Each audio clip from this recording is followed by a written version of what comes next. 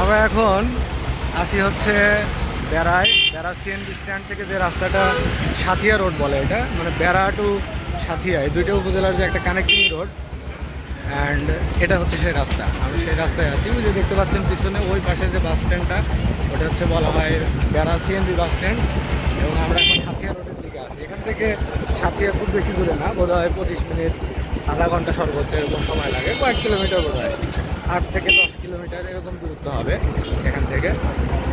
আমরা সেই রাস্তায় এখন আছি। বেড়া অনেক ব্যস্ত একটি জায়গা এবং এর পৌরসভাটার আয়তনও অনেক বড় এবং ব্যস্ততা অনেক বেশি। মানুষ সব সময় গাড়ি ঘোড়া মানুষ ইত্যাদি চলাচল করে।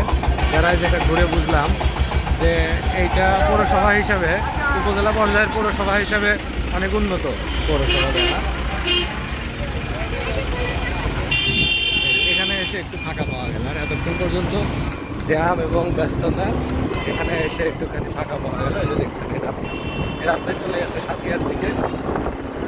সিএনজি যোগে অটোতে যাতায়াত করা যায়। আমরা মোটর সাইকেলে আছি।